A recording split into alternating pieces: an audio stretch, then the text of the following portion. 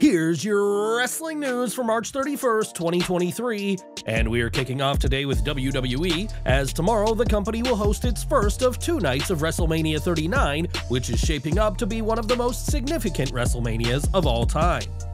Not only will the show be the first WrestleMania without Vince McMahon as head of creative, but it'll also be the first Mania since McMahon confirmed plans to find a new owner. Speaking about this weekend show, WWE CEO Nick Khan told ESPN's First Take that the company is looking to make a great impression to buyers, saying, "Expect a bunch of surprises. That's what we're known for. This is WrestleMania. We pulled some out at Royal Rumble. Here at SoFi Stadium, Los Angeles, 2-night event, we have to make it big." Some surprises, if they happen, have already been rumored, including the possibility of Stone Cold Steve Austin wrestling, reportedly against LA Knight.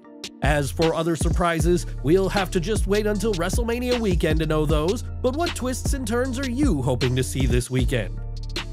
One name fans had been expecting to see on the show is Bray Wyatt, who up until a few weeks ago seemed destined to face Bobby Lashley, but there's now been a major update on his condition. Within the last 24 hours, WWE has publicly confirmed the cards for both Night 1 and Night 2 of WrestleMania, and these confirm that Wyatt vs. Lashley is no longer happening at the Showcase of the Immortals. While Lashley will compete in tonight's Andre the Giant Memorial Battle Royal, this match card also confirms that he isn't expected to compete at WrestleMania unless an impromptu match happens on the show. Wyatt returned to WWE with a ton of buzz last October, but many believe his run with the company has fallen flat, and the fact that he is officially off the WrestleMania card will do the former Universal Champion no favors. One name who is on this weekend's card is John Cena, who will challenge US Champion Austin Theory in the opener of Night 1.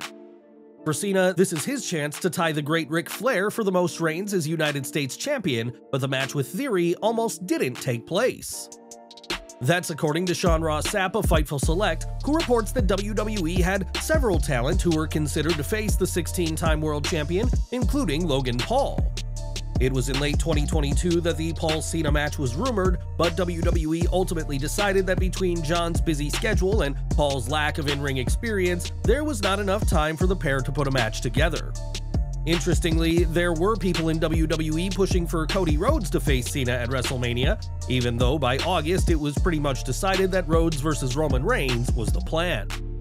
Ultimately, WWE went for Theory in a match that had been teased ever since Theory won his first US title back in April of last year, but did WWE make the right call? Sound off in the comments below.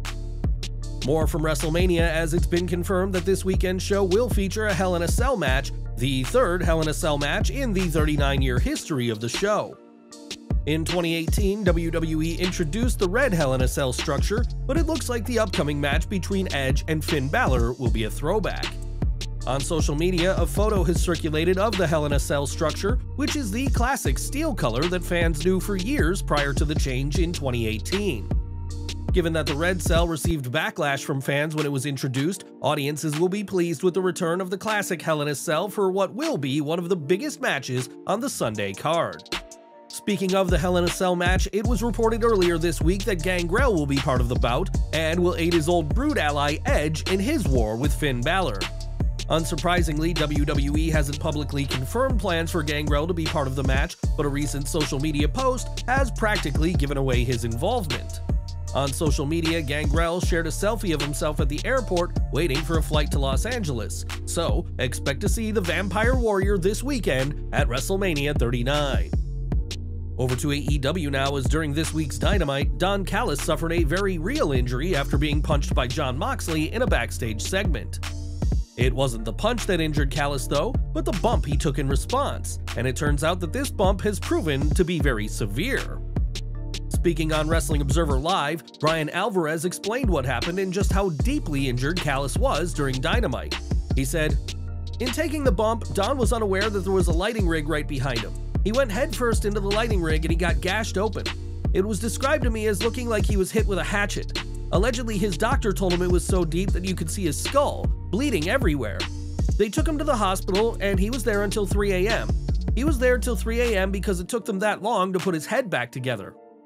Alvarez clarified that Don Callis did not suffer a concussion and is resting at home, and there's no word on whether he will be at next week's taping for Dynamite in Elmont, New York. We're glad to hear that Callis is doing well and recovering, and it just goes to show that what happens out of the ring can be as dangerous as the action that takes place in it.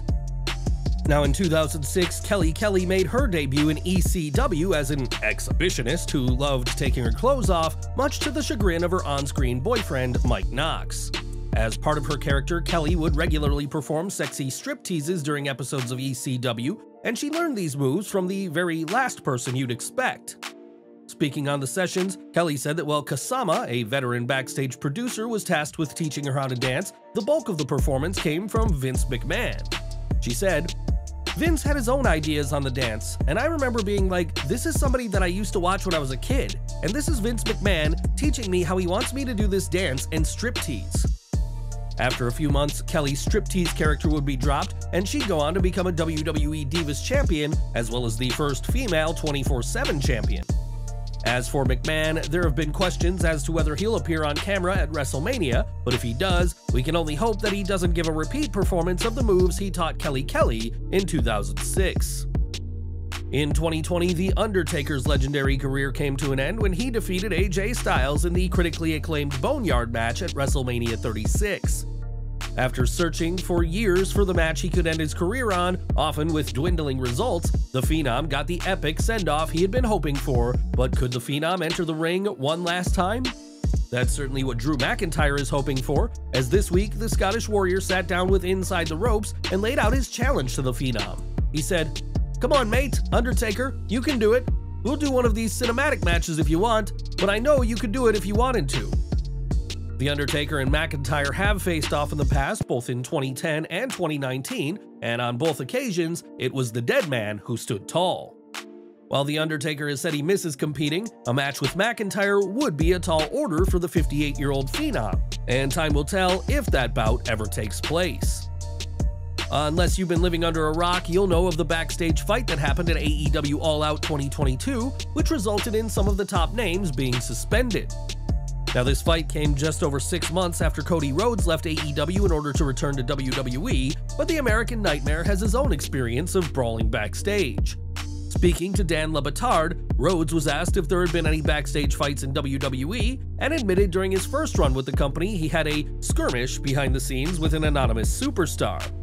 Rhodes didn't say who it was, but he did say that this wrestler decided to steal one of his vests and wore it around to mock the American Nightmare, and that it was Rhodes who won their fight. Whoever had beef with Rhodes would quickly come to regret it, and while it's been years since this fight, Cody knows he can still throw hands backstage if he needs to. And we're ending today with CM Punk, who is hardly the most welcomed wrestler on the AEW roster. After his latest Instagram post, it has been reported that the vast majority of AEW stars don't want Punk to be brought back, but not everybody is against the suspended former world champion. On social media, Dax Harwood posted several photos with Cash Wheeler and Punk at a gym in Los Angeles, and it's no secret that FTR, especially Harwood, have been on Punk's side in all of this. Ultimately, it'll be Tony Khan's decision as to whether CM Punk ever steps foot into an AEW ring ever again. And do you think Punk should be brought back? Or is he now too toxic for his own good?